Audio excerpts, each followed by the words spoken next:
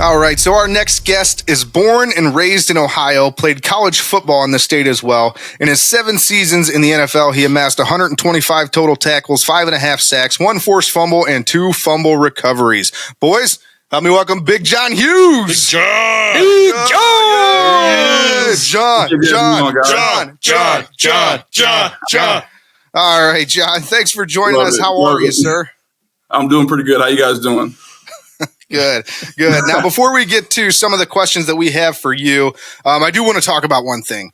You're going to be on the Browns fan cruise in March of 2024. It is confirmed. You'll be there soaking in the sun and having a blast with the fellow alumni and fans alike.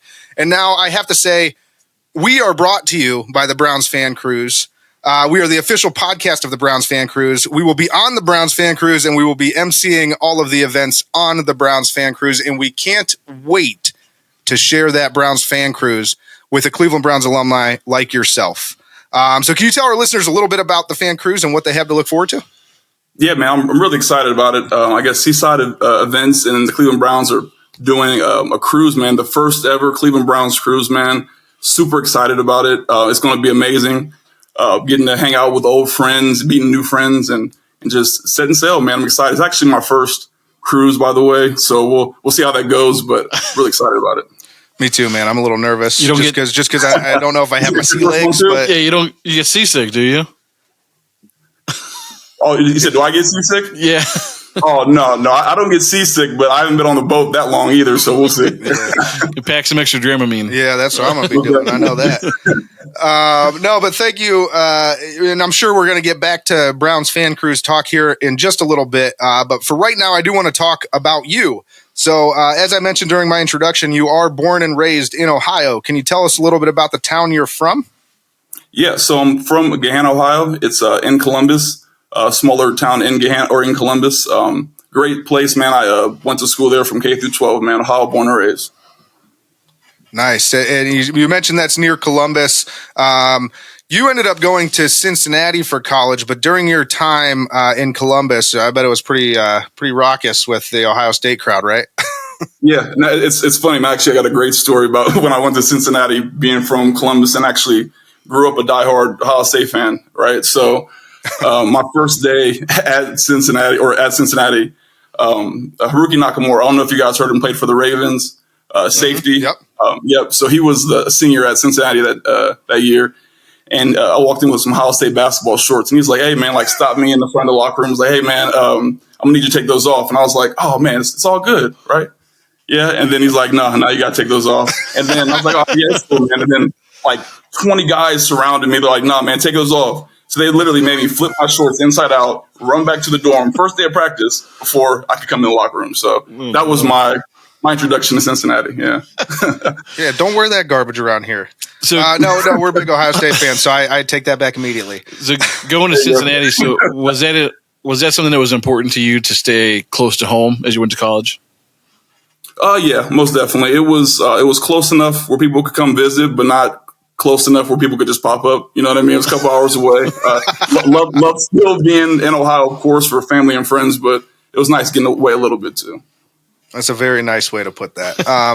And now, tell us a little bit about your time in Cincinnati. Yeah, so man, I had a great. I was actually there 4.5 years, redshirted. I was Coach Kelly's, Brian Kelly's first recruit at Cincinnati. We had a great run as a team when I was there. We won 3 Big East championships, went to 2 BCS bowls, and we did our thing.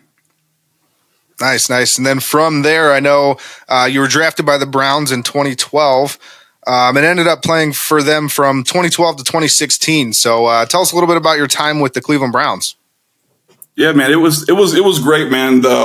Everything that around Cleveland, the sports, just kind of embodied that feeling of being in Cleveland. So as a Browns player, the fans made the experience that much more. You know what I mean?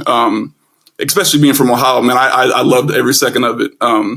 But yeah, being in Cleveland, man, it was great. I had a lot of great teammates along the way. Had a lot of different coaches, unfortunately, but it was a great time, man. Just wish we could have won a little bit more. How many coaches did you have in your 5 years with the team? Do you really want to know, or? I mean, kind of. Was it 3? So I had 4 head coaches in 5 years. Oh man! Right. Oh. So I started with Shermer, I had Chajinski, Pedden, and then Ray. Oh, Chudzinski, forgot about him. Oh, Hugh, I'm sorry, Hugh. So obviously a lot of head coach turnover in Cleveland, something that we're all very well accustomed to at this point. Do you have any other thoughts just around like why the team has struggled like it did? I mean, it's not like we haven't had talented players come in and out, not like yourself, but I mean, if you could point to one thing that has caused or was challenging just in your time in Cleveland. It was really just having that full program camaraderie, if that makes sense. You know what I mean? So not just the players, but the coaches alike. Like I said, we had a lot of different coaches coming in and out, so it was hard to really understand and really get into the schemes that we had. So I had to learn a different scheme pretty much every year I was there. And if you look at the different programs that have the same coaches and same philosophies for years, those players were able to build in that program, and they can advance a lot better in that program. So it's just a little bit different, but yeah. Yeah. And one thing I do know from your career, your first sack that you recorded was against the Cincinnati Bengals in Cincinnati. Can you kind of take us through that play specifically? I'm sure you still remember it vividly. Was that an extra special moment for you doing that in front of all the same people that watched you play in college? Oh yeah, most definitely.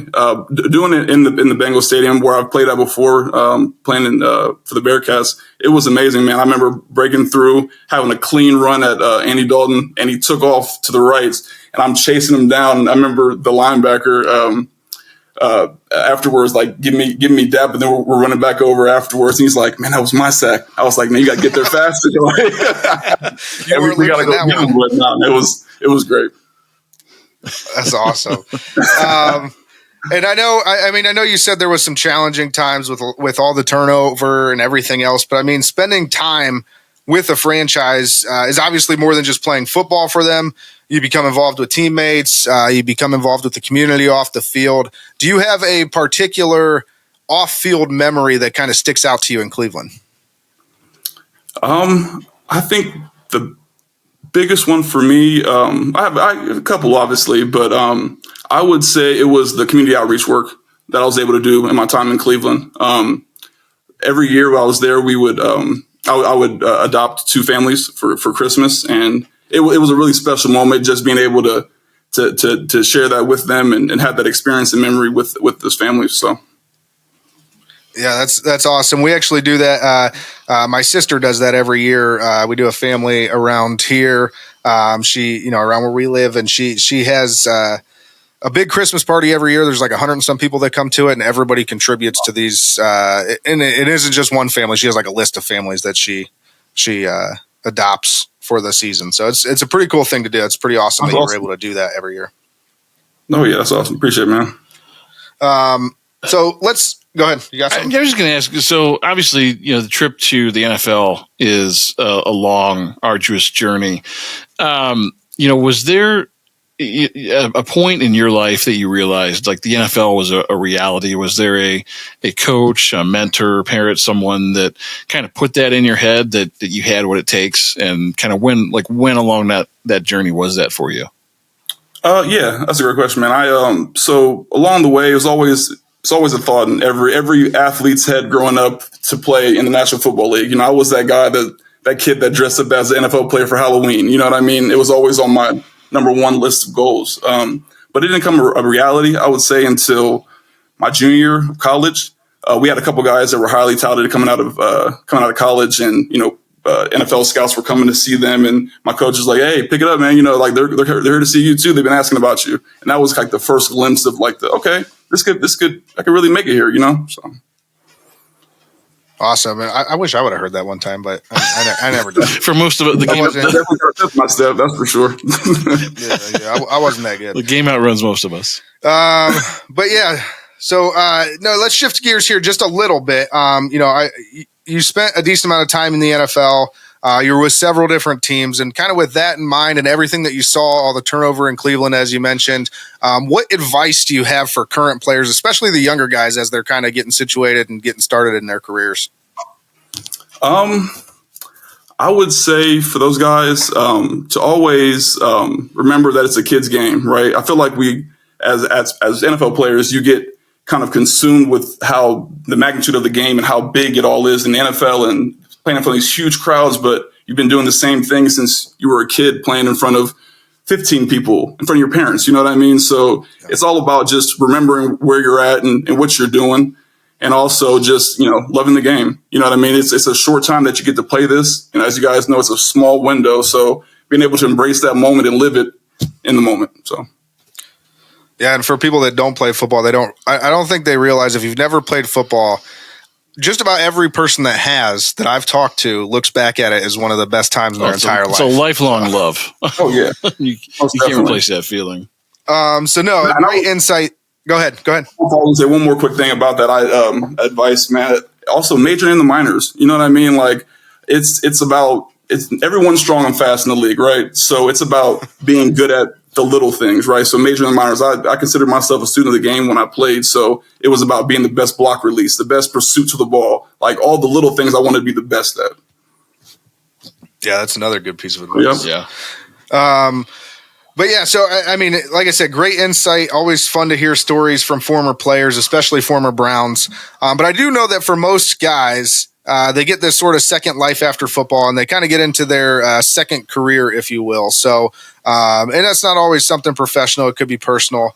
Can you tell us what you're up to today, and kind of what's going on in your life? Yeah, so I'm actually about 3 months away from graduating barber school. I'm going to be a barber. I actually own a barber studio in Gahanna. I opened it about 4 years ago. So I kind of did it backwards, right? I got the shop first and now I'm getting the license. But I'm really excited about it, man. I've always had a passion for cutting hair. It's always been a fun thing for me to do. I've been doing it since high school. So, yeah. No, I mean, sometimes people take different routes, but as long as the destination's the same, you're all good. Oh, yeah. So what was the initial draw towards that for you? It was going to the barbershop and kind of fall in love with the culture first, right? So it was about me going in the shop, like hanging out, and it was a cool kind of atmosphere environment for me to be in. I was whatever. And then when I got older, I was in high school. I was like, oh man, let me try to find the guy that needs the hair. You know, that guy that just always looks rough and never has a haircut. I'm like, if I can take him and make him look good, I'm gonna have business, right? And that's how it all started, man. Good? Hey, I can get you together. But it started like that as a fun thing to do, then turned into a passion, man. I ended up cutting all my teammates in college, and it kind of snowballed from there. So this has been something you've been interested in a while, then. Oh yeah, most definitely. And then it's funny because the barbering industry has really taken off in the past, I'd say like 10 years. So it's kind of cool for me to be at this point in it now that, I'm here. So. Well, can we move your town closer to Cleveland? Because I'm in search of a new barber here soon. So it does seem like it does seem like barbershops and just in general has become more about the experience. Like a lot of places have like a flat screen TVs and just different some about bars and things. Like, is that kind of how your place is set up now? Not so much. It's really geared on the experience, though. So we're like a family-oriented shop that's big on the customer experience, right? Making sure you have a great experience from A to Z, right? From the very beginning when you book till the end when you're writing your great review, right? So awesome. Yeah, that's really good. And then I've heard that you're soon to have, I think it's your third child. Is that correct? I know Kenny and I are recent new dads. So shout out to it's a beautiful you for thing. that. Do you want to shout out anybody? Yeah, shout out my beautiful wife for having our third baby, man. I'm extremely excited. Little boy. So we'll see. Congrats. All right. So what are you up to? You got a boy? Do you have more boys, or is it? Yeah. So I have a 9-year-old boy, 2-year-old daughter, and then I have my newborn boy. Very nice. Very nice. Yeah. Congratulations, by the way.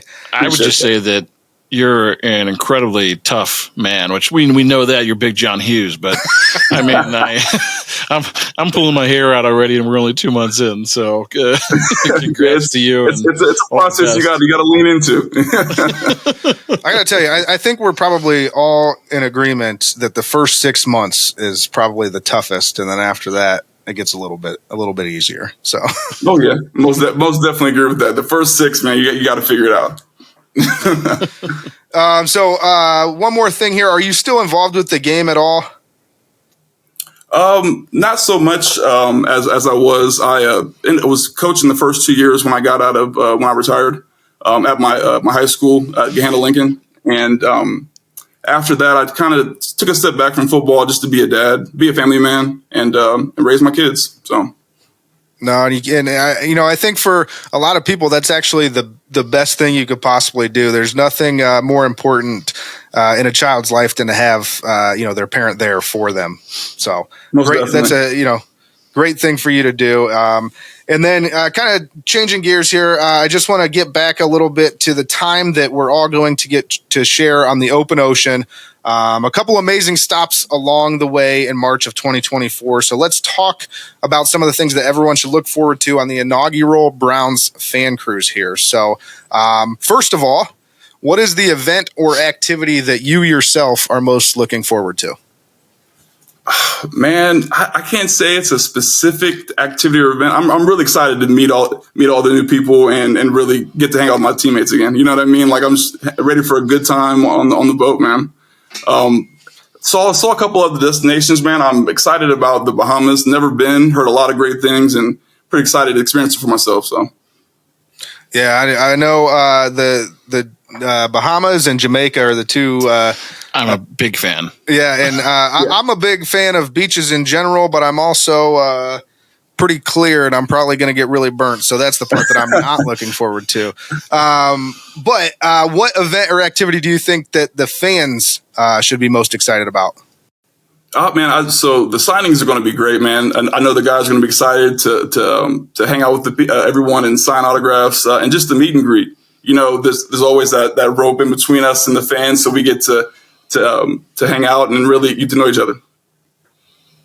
Yeah, for sure. And yeah, like you said, we'll be, instead of that rope blocking everybody off, they'll be able to get right in there, shake your hand, say hi, those types of things, and show their true appreciation for, everything you did as a Cleveland Brown. Most definitely. But I also know that there is a competition for the Browns backers organizations out there. So let me just go over some of the things that the winning chapter will get. The chapter with most bookings will get an all expenses paid balcony cabin for 2 on the Browns fan cruise. The chapter with the highest members to bookings ratio also gets an all expenses paid ocean view cabin for 2. All members of the winning chapter will receive a specialty dining pass for 2 guests, and all members of the winning chapter will receive a Browns fan cruise commemorative Cleveland Browns autographed football. So with that in mind, and all these guys, all these Browns backers groups fighting for who's going to be the best and who's going to have the most bookings, do you have anything you want to say to Browns backers across the nation and across the world for that matter, specifically?